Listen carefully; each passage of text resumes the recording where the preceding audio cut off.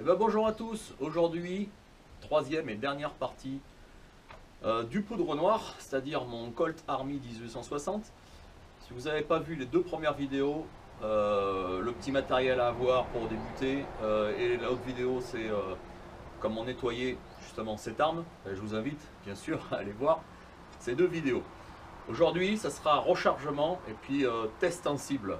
Alors pour recharger cette arme c'est pas compliqué, voilà j'ai tout étalé sur la table, on va dire. Qu'est-ce qu'on a besoin? On a besoin de poudre.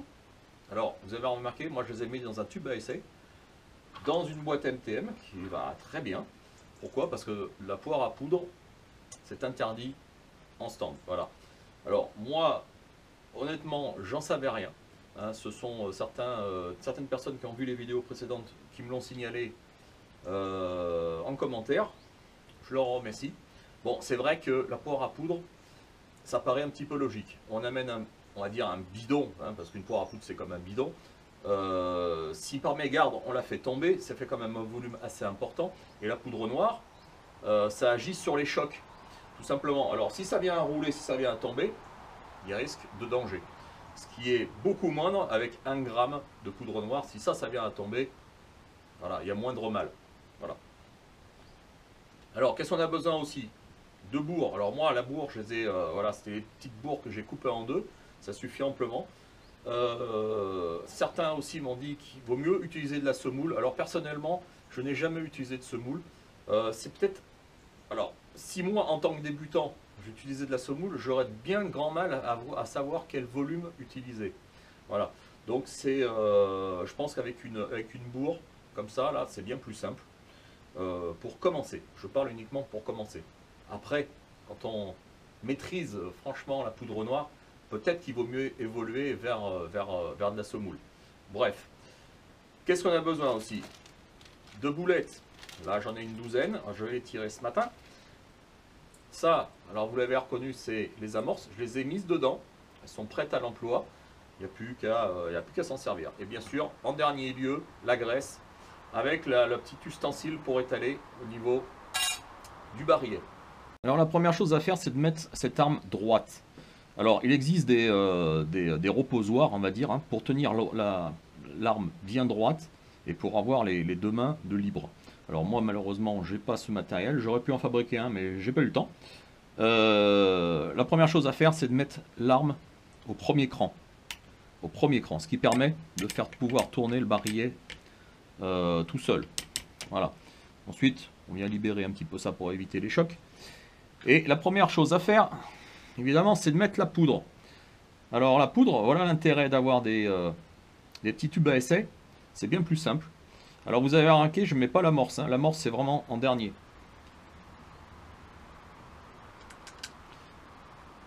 Et ensuite, on vient mettre une bourre directement. Alors, pourquoi mettre une bourre ou de la semoule? La poudre noire, il faut qu'elle soit tassée. Il ne faut pas qu'elle se balade dans la chambre. Donc, mettre une bourre permet d'appuyer vraiment en bas la poudre noire. Voilà. Ou la semoule, hein, tout simplement. Donc, on vient présenter le barillet, la chambre en face, le système qui va appuyer. Voilà. Hein. On appuie tout simplement, on ne force pas, bien sûr. Et ensuite, on va prendre un boulet. Et là on peut le tourner sans problème. Hein. Là, la poudre, elle est vraiment calée.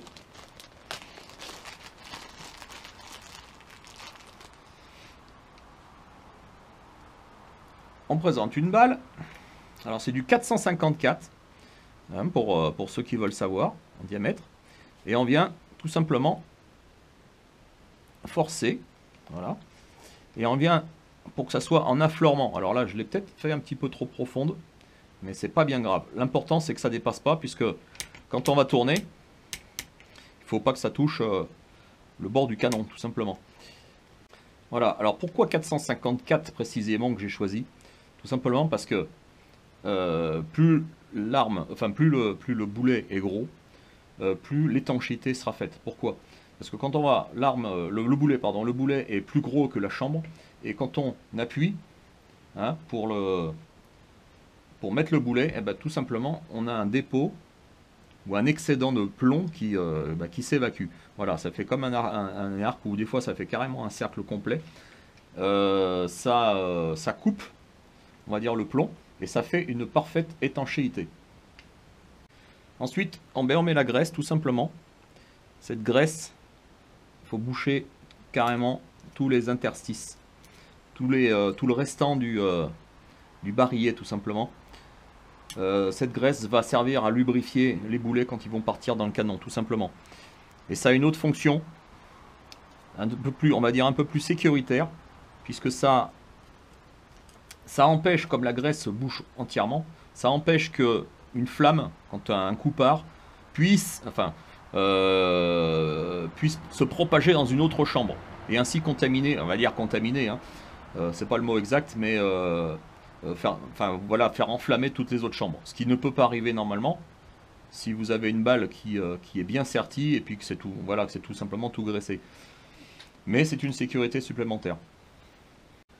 Quand votre barillet est prêt, quand vous avez mis toutes vos balles, la graisse, tout, reste à mettre les amorces. Alors les amorces, cet appareil est bien pratique. On n'a pas besoin de toucher les amorces, à part à la maison, hein, quand vous avez tout préparé d'avance. Mais c'est très simple, hein. On prend l'arme comme ça, et puis il y a juste à les mettre dans les cheminées.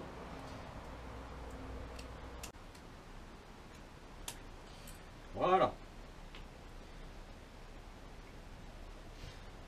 Il n'y a plus qu'à.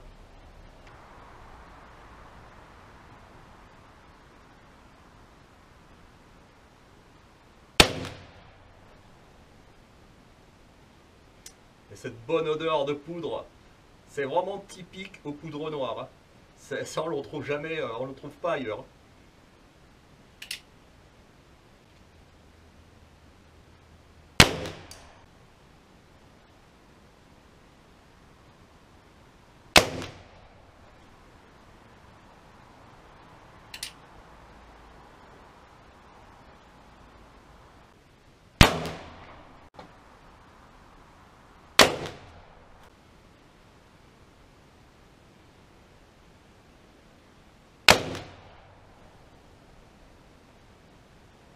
Et normalement, j'en ai plus. On vérifie. Ouais, tout est parti.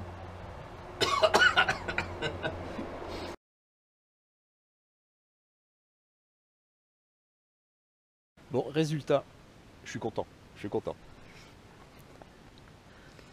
1, 2, 3, 4, 5. Et puis là, il a chopé dans le bras. Ouais, moi, je pense que c'est pas mal du tout. Voilà, ça fait, allez, on va dire que ça fait 5, 6, ouais, 5 ans, 4 ans, peut-être que j'ai pas tiré avec ce poudre noire et bah, je suis content, je suis content. Alors voilà, se termine cette vidéo, se termine cette trilogie, entre guillemets, sur le poudre noir. C'est sympa la poudre noire. On a vachement de modèles en fait, hein. Vous regardez le catalogue Pieta, uniquement Pieta, hein. Il y a des modèles, il y en a à foison quoi. Des longueurs de canon différents. Vous avez le Buffalo, je crois, qui est encore un canon plus grand. Vous pouvez avoir aussi des crosses adaptables ici.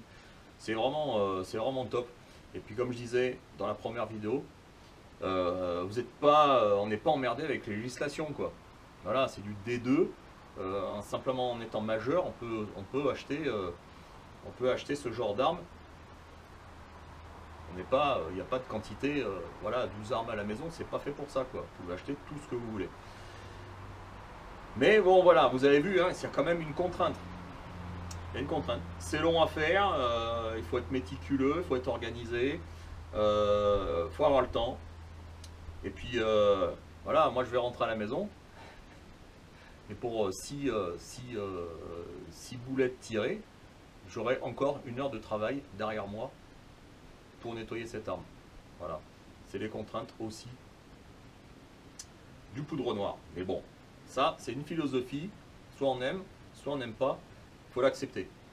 Voilà, tout simplement. Ou alors changer de crèmerie, hein, comme on dit si bien, mais voilà, donc non mais franchement, c'est sympa, c'est sympa. Et on a cette bonne odeur de poudre noire qui revient aux narines. Ça c'est bon quoi, c'est bon. Mais bon, il y a du boulot après, hein, tout simplement. Ciao, à bientôt.